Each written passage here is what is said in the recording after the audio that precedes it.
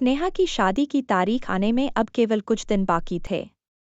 राघव ने सोचा कि अगर उसने अब भी अपनी भावनाओं का इजहार नहीं किया तो वह कभी नहीं कर पाएगा।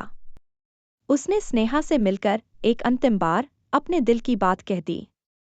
राघव ने कहा, स्नेहा, मैं तुमसे बहुत प्यार करता हूँ।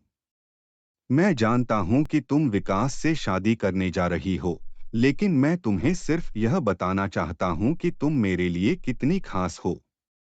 अगर तुम मुझे कभी मौका दो तो मैं तुम्हारे साथ एक नया जीवन जीना चाहूँगा। स्नेहा हैरान और भावुक हो गई। उसने राघव की बातों को समझा। राघव, तुमने जो भी कहा वो मेरे दिल को छू गए, लेकिन मेरे परिवार की इच्छाओं के कारण मैं अपनी शादी की योजना बदलने की स्थिति में नहीं हूँ। लेकिन तुमसे दोस्ती का रिश्ता मेरे लिए सबसे महत्वपूर्ण है। तुम हमेशा मेरे सबसे करीबी दोस्त रहोगे।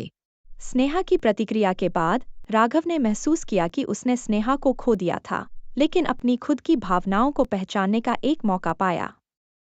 उसने सोचा कि वह अपने जीवन में आगे बढ़े और अपनी खुशी को खुद ही तलाशे। उसने अपने दोस्तों और परिवार के साथ समय बिताया और खुद को बेहतर समझा। स्नेहा की शादी हो गई और राघव ने खुद को फिर से संजोया। वह अपनी जिंदगी में आगे बढ़ा और नई राहों पर चला। स्नेहा और राघव के बीच दोस्ती वैसे ही बनी रही, लेकिन दोनों ने अपने अपने जीवन में खुशियों की खोज की। यह कहानी दोस्ती से प्यार की जटिल यात्रा को दर्शाती है, जिसमें कई भावनात्मक उतार चढ़ाव हैं। यह दर्शाती है कि सच्ची दोस्ती और प्यार के बीच का अंतर समझना कितना मुश्किल हो सकता है, और कैसे एक व्यक्ति अपने दिल की आवाज को सुनते हुए खुद को पहचान सकता है।